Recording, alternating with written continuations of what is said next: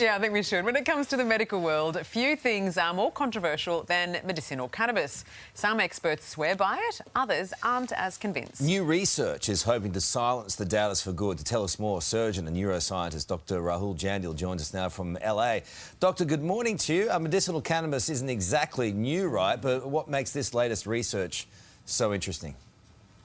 Well, it's moved into the biggest journal we have in the States called New England Journal of Medicine. So it's, you know, everything about medicinal cannabis has been anecdotal for most people.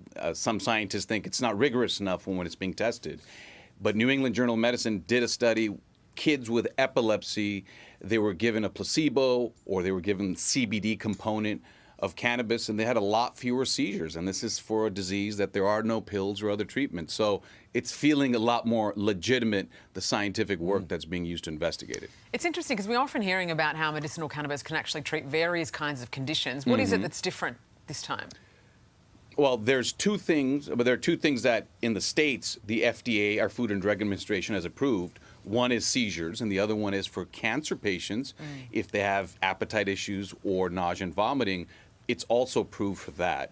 I think what we're finding now is as momentum builds, more and more people are looking into diseases that can be treated with medical cannabis. And I think that's important because we don't have treatments for some issues like autoimmune or nausea and vomiting, again, with chemotherapy, and this seems to fit into that very well. You know, anecdotally, I've got a bunch of people who I know who you have a friend. Yeah, no. Friend of a friend. Well, literally, who can't really function as well because of whatever pain they're going through.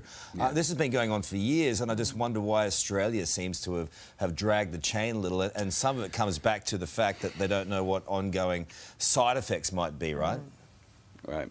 Okay, so good question. I do want to unpack that a little bit. So when people ingest cannabis, there are actually two components, CBD and THC. THC is the psychoactive one that also gets you high. CBD can treat some of the things you've mentioned and doesn't get you high. So what we're doing here in the States is actually trying to look at the ingredients, the compounds that lead to different effects. And the more we learn, actually, the studies are promising. For example, neuropathy, where your hands are numb after chemotherapy.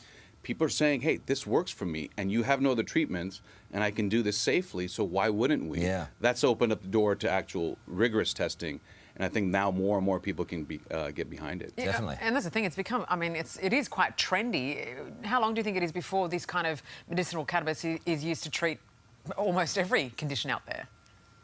Well, I mean, yeah, that's a big question. I will say that in the 50 states, many have legalized it for medicinal purposes, and some have legalized it for recreational. So what people are saying is, if I can do it safely, if it's not dangerous for me, let's say you take edible cannabis, then why am I being prevented from using that when I'm allowed to go to the store and get aspirin, or I'm allowed to go to the restaurant and get a Riesling or a glass of wine? So I think it's more in that profile of recreational plus medicinal, leaving it to people, leaving it to patients, but giving them that information that, hey, look, this has been rigorously tested. Yeah, I'm a big supporter of this. Look, that'll surprise no one. But Doctor, Friday nights, LA. Bit of pizza. When you were back at uni, did you inhale? I'm not. Well, no. I'm going to hold myself to the highest standards. And whereas Bill Clinton couldn't inhale, I could, but still skipped it. Still skipped it. Man of integrity you are. He could lie to you beautifully. And you I love it. wouldn't even know, yeah. Good on you, Doc. It's tremendous. Interesting research too. Appreciate it.